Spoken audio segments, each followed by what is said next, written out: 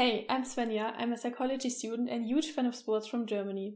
Since I'm especially interested in the psychological perspective of competitive sports, I thought, why not combine these two passions? So I had the idea of launching this YouTube channel, and the goal is to interview athletes, especially from ski racing and car racing, with rather psychologically focused questions. My first guest was Lila Lapanja. She's a successful ski racer from the United States.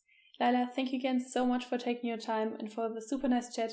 And to everybody else, I hope you like the content of this YouTube channel as much as I do. Thank you.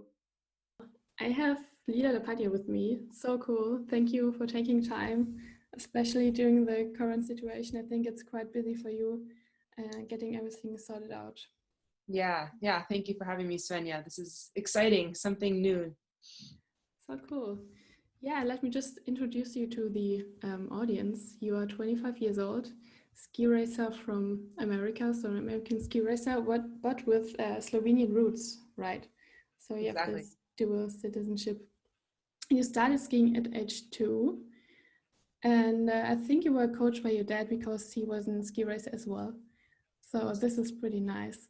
But tell us a little bit, like, what are the good and the bad parts about having your own dad as a coach? Well, I think the best part about it is they know you better than anybody. So they not only know you as who you are as a skier with your technique and how you work on the hill because they've seen you from such an early age, but they also understand the person of who you are. And so when they're providing feedback or coaching you, there's an emotional exchange and component and connection that can really make you feel safe and heard and understood. Where sometimes if you get a coach who doesn't understand that side of you, they mold you into who they think you should be and how you should be training, and it might not be incorrect, it just might be incorrect for you. So that's the biggest benefit I find with my dad as my coach. And he's also very athletic still, so we do a lot of our trainings together, and I'm still trying to beat him on a mountain bike and down the hill and GS. Probably I think I can beat him in slalom now.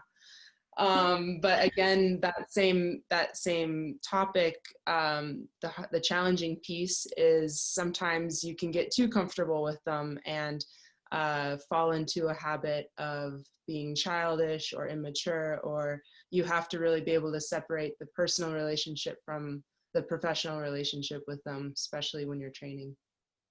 Yeah, I thought because I can imagine the family is always the support system behind an athlete. And then, but the coach has to point out your weakness or like your mistakes. And I think it's super hard maybe for, well, obviously you said it, to get that separated and not taking personal when he's saying, yeah, you're bad and that is, you have to work on that. Exactly. Yeah, interesting.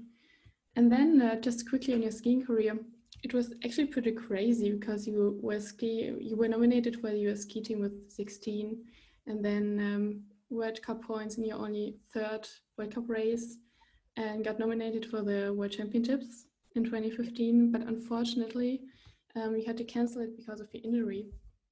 Can you tell us a little bit what kind of an injury was it? This injury was it was an adventure. It taught me so much, and without this injury I wouldn't be skiing still, because I was able to find a piece of myself and understand myself in a way that I would have never been able to if I didn't have this injury.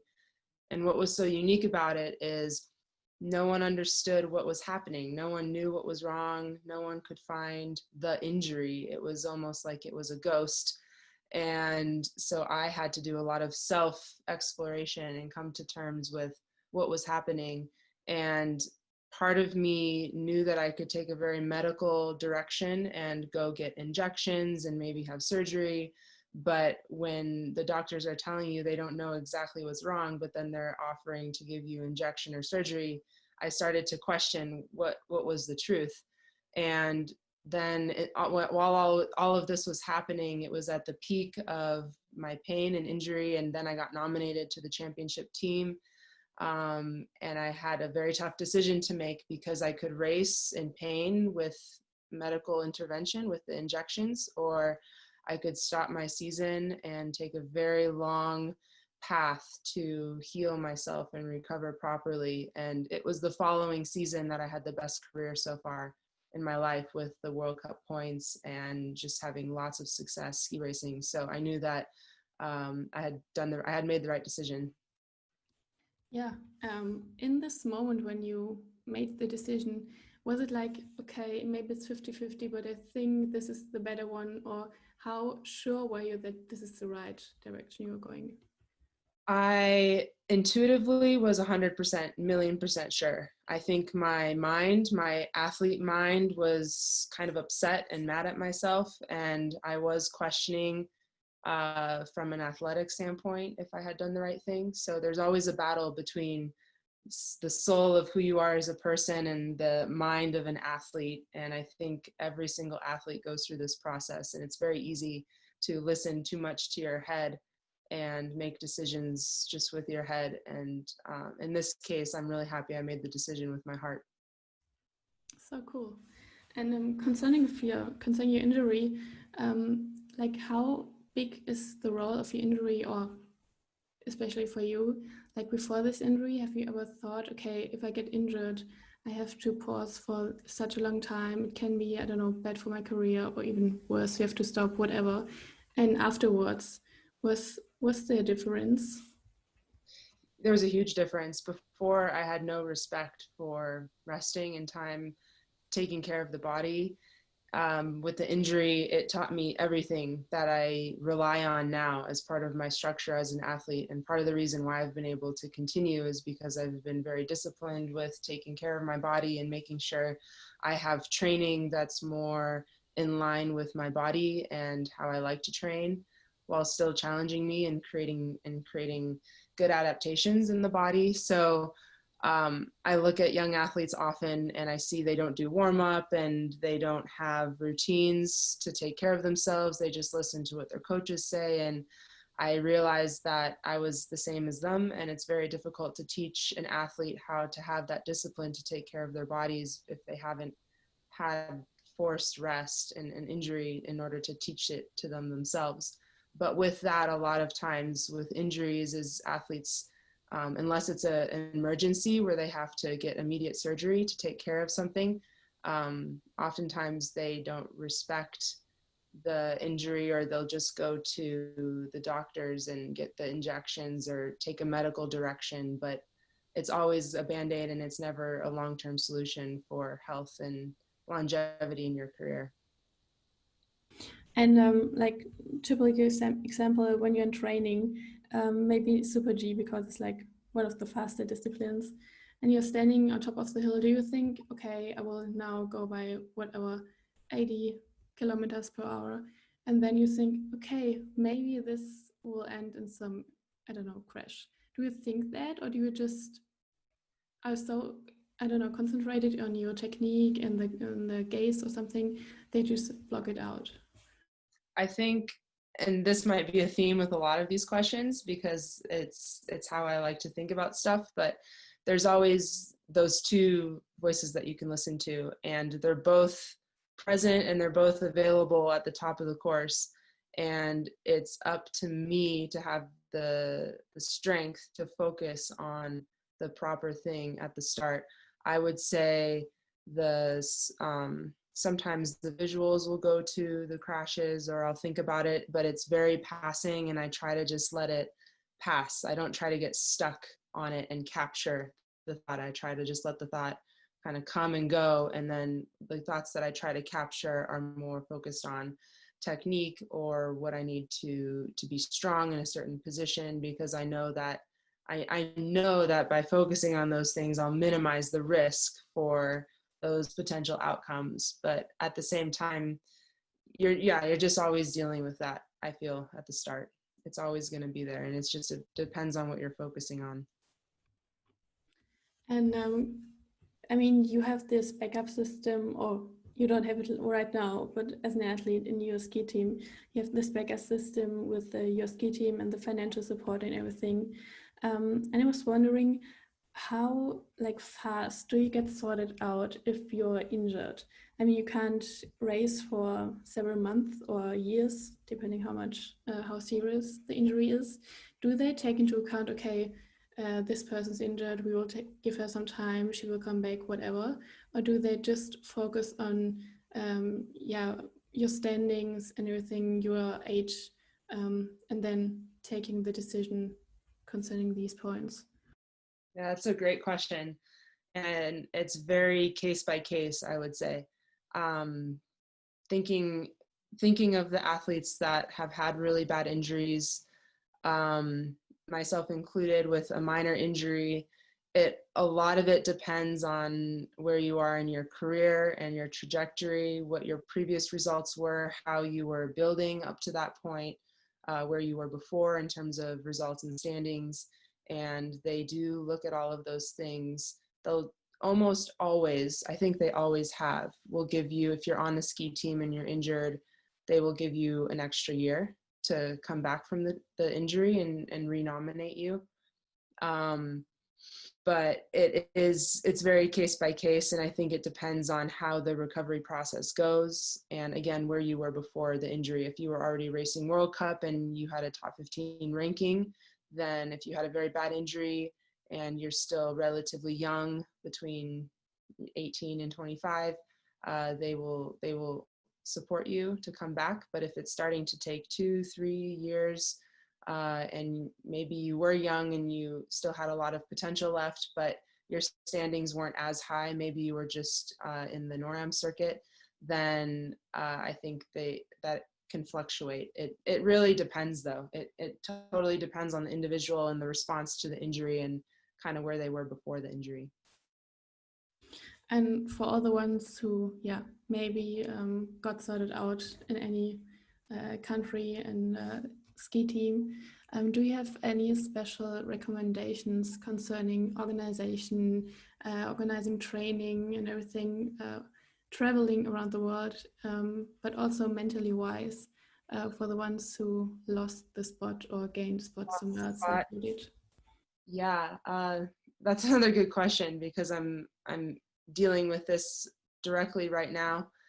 The biggest piece is you have to know that you want to keep going. Like, you have to have the belief in the decision that you can still achieve your goals. And if you are unwilling to give up, like if you have this feeling inside that you just will not stop until you feel that you've reached your potential, then you're going to find a way to figure it out. And I would say the biggest piece, obviously, is the financial piece, because in order to organize all of the training and to have the coaching and the staff, the ski serviceman, you need money to achieve all of these things. So it's really good to keep cultivating relationships and connections, and just have a very positive story surrounding your situation. Instead of being very negative with the governing body, then you have to stay positive, and you have to create a story that will benefit everybody ultimately in the end. It's the challenge with a lot of athletes that come into this situation is they have a feeling of revenge or hatred or anger, and they really separate themselves from the team that did not support them. And as long as the World Cup is controlled by all of these national teams and there's not an independent ability, you have to work with your national team. So you want to have a very good relationship with them. That makes sense. Concerning this topic again, I think, or what I just heard, that the communication between your ski team and yourself was pretty good when you were sorted out. Because I was wondering, I think maybe you heard of Maren Skjold from Norway. She got sorted out as well this year. Yep, Maren Skjold. Yep. Oh yeah, I pronounced it. I talked to her after, and I was sad for her decision, but yeah. And I think she wasn't that heavy about all the communication that was going on between her and the team. And I was wondering, so what was better with you and the ski team? I think the communication, it's always initially difficult, because it's almost like, okay, well, you're off the team, so you don't seem as important or noticed, and you as the athlete have to really force the communication, and that's where you have to be careful that it doesn't become too negative, that you just try to stay very professional and say, this is what I'm doing. This is what I hope my options are. I hope we can work together. Hope you can respect this. And yeah, it's obviously not an ideal situation, and there's a lot of politics involved naturally. But I try to keep the communication as positive and professional as I can. Okay, cool. So now it's like not the smooth switch of topics I was aiming for, but still, yeah, as I'm coming from a psychological background, I wanted to ask you some, yeah, things I learned or, yeah, heard of in my studies. And I thought maybe it's interesting to ask an athlete about it. Yeah, so there's this so-called social facilitation phenomenon, and maybe for the audience who didn't heard of it before, it's just that yeah, the performance of individuals can be influenced by just the pure I lost the word the pure Present? presence. Thank you, of other people, like without some interaction and everything. And I was wondering, there was evidence that people get better when there's audience, when they're already performing well in their, for example, sports. So I was wondering, is it the same for you? Are you better in ski racing when there's audience beside the hill? Or do you think it's better in training when you think, yeah, okay, I can take some risk. Doesn't matter if I'm fast or slow now, I can just try something new. Mm-hmm. I think you made a really important observation that they're already performing well. Like with an athlete, there is positive performance momentum, and then when they're in that situation with an audience, they seem to perform even better. I think that is the absolute key to having the audience there, is you have to be in a state of mind of self-confidence and really high self-esteem that you can pull energy from it, because it pretty much will reflect whatever you're dealing with or feeling internally. So if you have this internal confidence and you have positive momentum and you feel really good about your skill and ability, the audience is going to add the energy to that. And if you are insecure or maybe not sure, or in training, if you really want to work on something that you kind of want to work on in private to improve before you go out and perform, maybe you're working on a new skill or you have a new idea, so you're expecting to be inefficient with it and make some mistakes, then sometimes the audience, I feel, can pull away the energy because they're just taking too much from you when you're trying to give yourself more in that situation.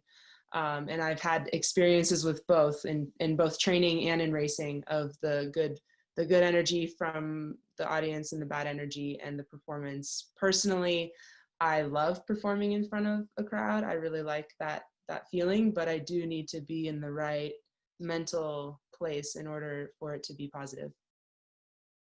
What would be like the right mental place and the bad one?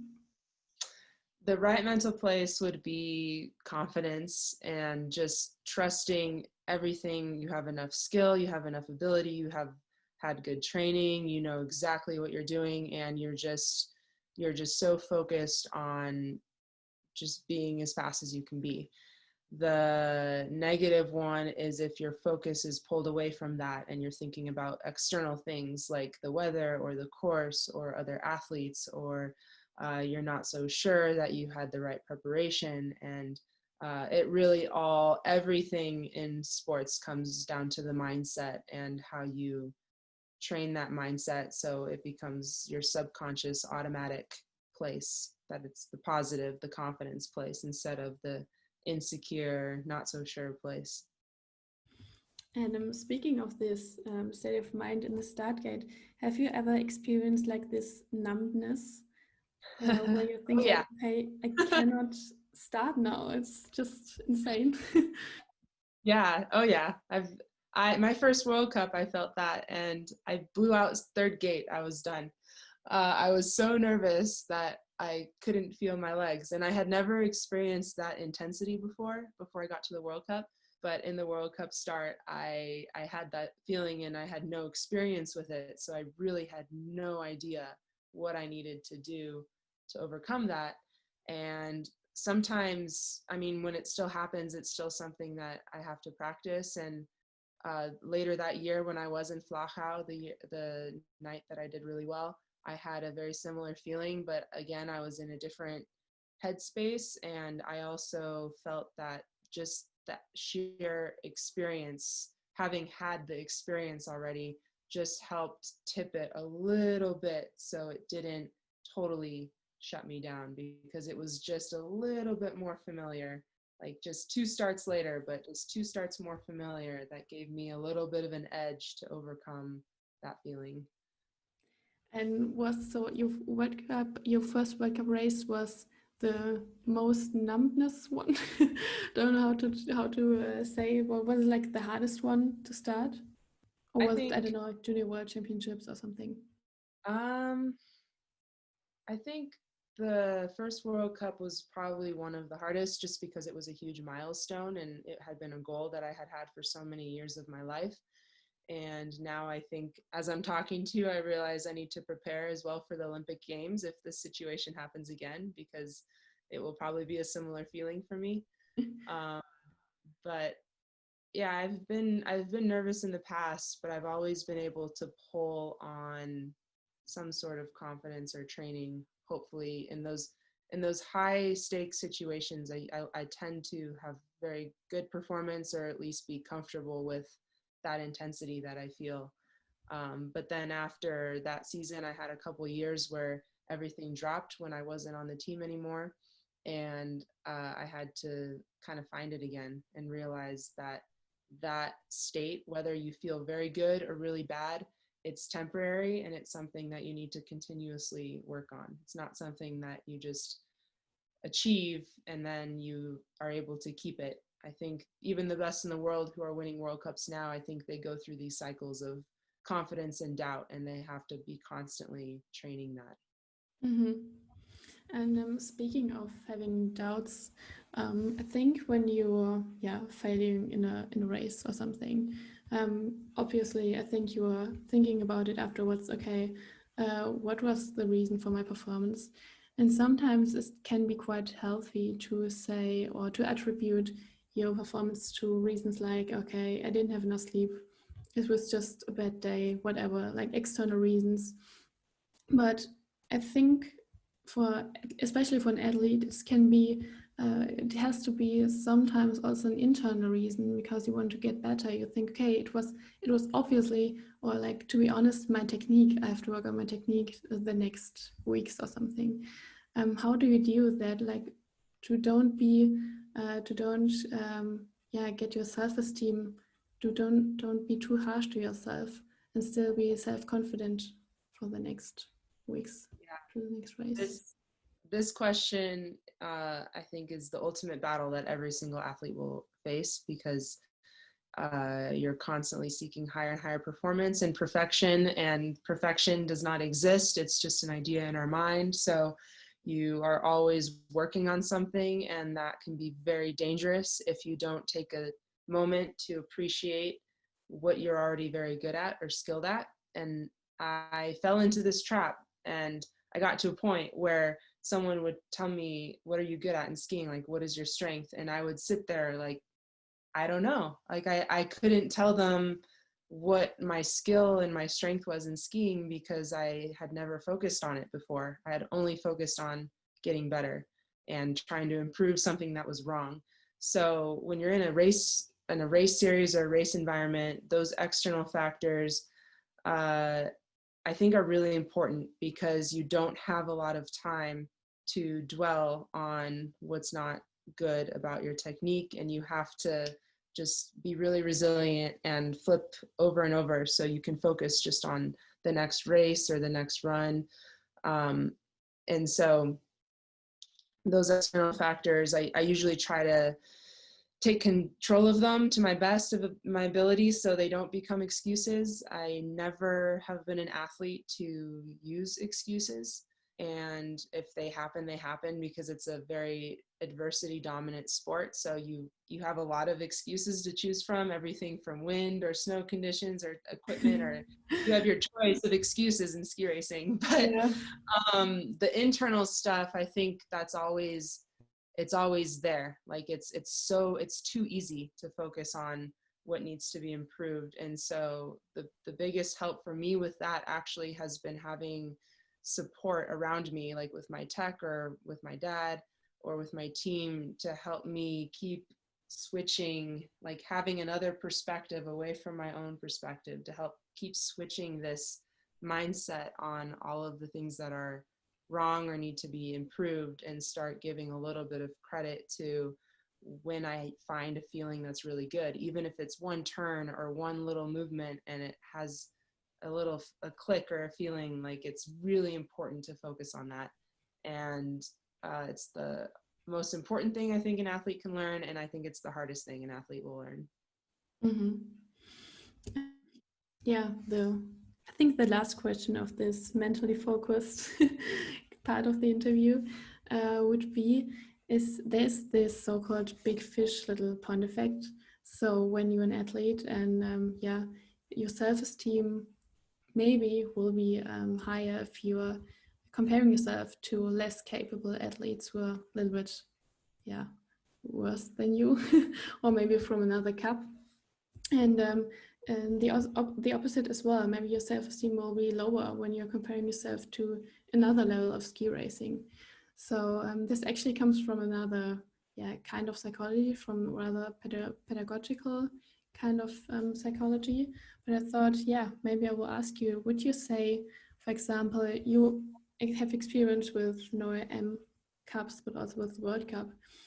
Did you think about your self-esteem, and did you feel any difference, or you're just so focused on your performance and everything that you just block out all the other athletes and try not to compare, at least with them? I think comparison is natural and expected, because it's good to compare yourself in certain ways with the best in the world from a technical standpoint, because you're trying to emulate them. They're the ones you want to ski like and improve and then hopefully beat.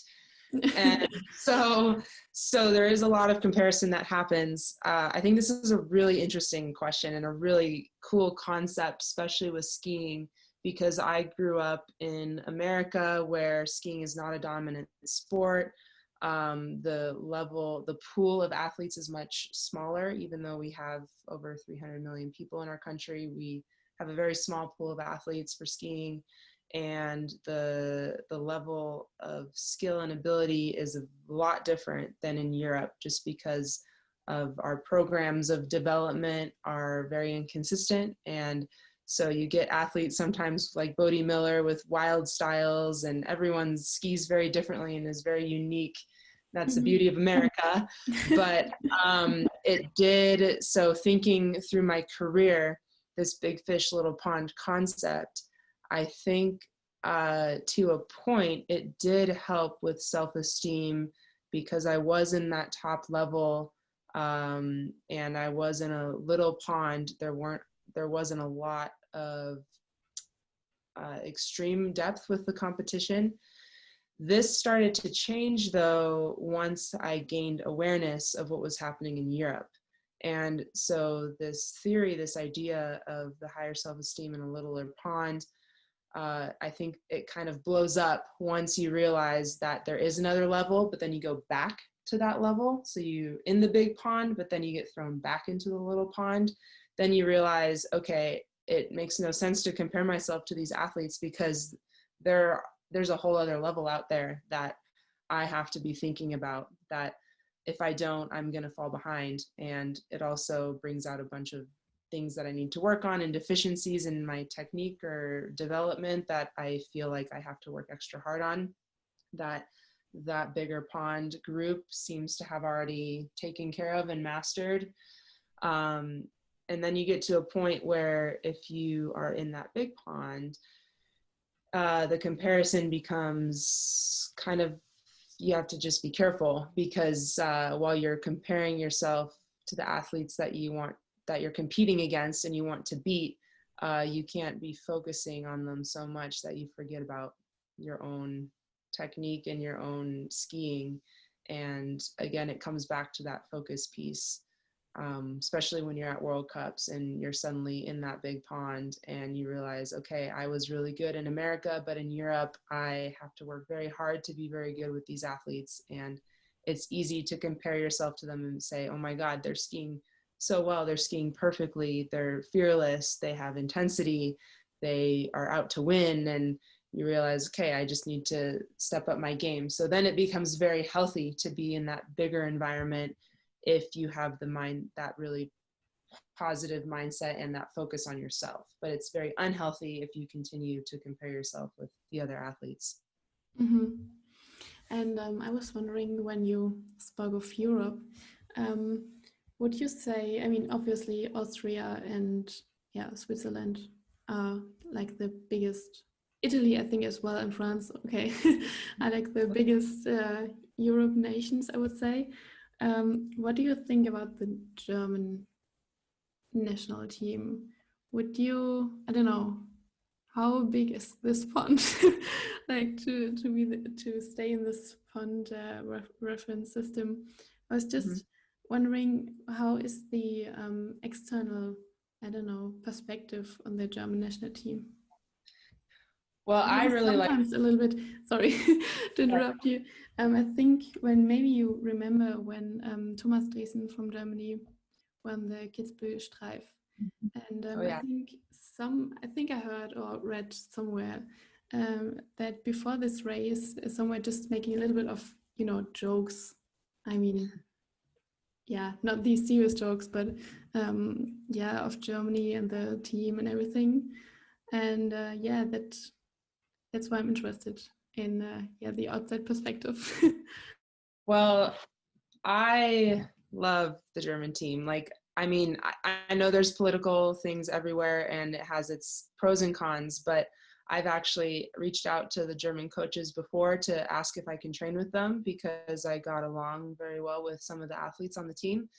And I liked how they ran their program, or like, just, it seemed my perspective is I really like the German technique. So the athletes that come from Germany, especially in the era of Felix Neureuter and Stefan Lewitz, like, I like how these guys ski a lot, and I would watch their video a lot because there's just something about the German movement, and I love the Bogner look. I think the Bogner, like, it's very cool. I reached out to Bogner once to ask for a sponsorship. Und ich lerne ein bisschen Deutsch, so ich kann ein bisschen Deutsch sprechen. Sehr gut. So I really like Germany, and I've considered being a part of it, moving there. Again, cool. I don't know what the politics are actually like with the German team, but from my outside perspective, I've always really enjoyed watching the German athletes race. And I think they produce, I know that maybe it was a surprise with Thomas and Kitzbühel, but I really like watching them ski. They're usually the athletes, they're one of the nationalities that I really study and enjoy the technique of. And as I think Bodie Miller said before Thomas Dresen won in this season, that one should keep an eye on the German national team. And then some races later on, Thomas won for the first time, and I think this was pretty cool that he had this this future perspective already. Bodie knows his ski racing, so if Bodie says watch out for the German team, you better watch out for the German team. Yeah. So cool. By the way, I met Felix Neureuter once. Cool. Yeah, that was pretty nice. Yeah, I had a big crush on him when I was much younger, and he was like, I loved watching him ski. I could watch his video for hours and hours and hours, because not only his technique, and he was so smooth and fluid with his movement, but also just an amazing personality to have on the World Cup. And I always enjoyed his performances and his attitude, and he just genuinely seemed to love skiing. And I know that he had gone through his own process of trying to make the decision to continue after he had some difficult results when he was younger, and just very inspiring. So I'm a Felix fan for life. So cool.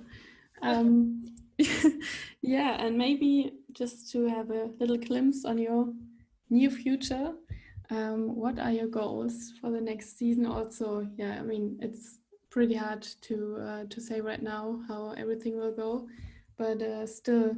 And another question that is, yeah, relating to that one: do you rather have technical goals or goals like standings, medals, whatever? Which ones do you prefer?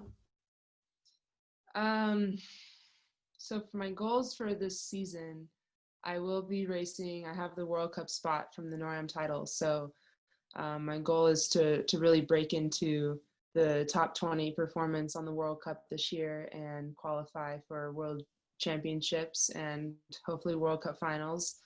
Those are some big goals that I have. Those are definitely more externally related. I think I tend to write down external goals that I have. Like I want the podiums and I want the performance, but my perspective on it has changed. So it's not so much that I want it to have that, but I want it because of what it will signify in terms of the process and the effort that I had put into achieving that goal. So it's not so much holding an Olympic medal as much as the story behind the Olympic medal that makes me really crave it. And I think personally, I talk about it less to the outside world, but I have much more technical goals in terms of what I want to be feeling when I'm skiing, whether it's a technical movement or a tactical goal, or it's somehow I want to be racing or something I want to be feeling that I really want to work on. And so it's a little bit of an interesting blend. But as a kid, I mean, you can see I have some medals behind me. Whoa, this is great. Yeah, I was very driven by the trophies and the medals, and I think a lot of kids are. But now I still am driven by being on the podium. I think that's, if you're on the podium at any level, but especially World Cup and Olympics, that's the place that you really want to be. So that's one of my ultimate goals. And it's not because I want to just be on the podium, but it's because of what it will mean from everything that I have put into the sport to be able to step on that podium. Yeah, I understand that. So cool. So fingers are crossed that you will achieve that. And, Aber auf Deutsch ist es drücke die Daumen? ja, Vielleicht? ich drücke dir die Daumen. Daumen, yeah. Sehr gut. Ja, cool. Press your thumbs. Yeah. Yeah. Do you actually do it, or you go like this? Wait, I think I have to press the button. I actually go like this. I've never seen the other version, to be honest. Okay. I think like That's funny. And in Slovene, I think in Slovene you držim pesti, so you hold a fist. So you just like hold your fist. So it's more similar to German, but yeah, Americans are crossing didn't know the that there are fingers. different versions. Yeah. Cool. Yes. Yeah. I'm so happy that you're my first interview partner. It's yeah, like the best start I could have dreamed of. Thank you so much. Dankeschön. Okay. Vielen Dank. Cool. And if anyone wants to follow Lisa's way in the future, I will post your Instagram and Facebook profile below the video. And then, yeah, Thank you. maybe you will get some supporters. And thank you again. Yeah, thank you, Sonia.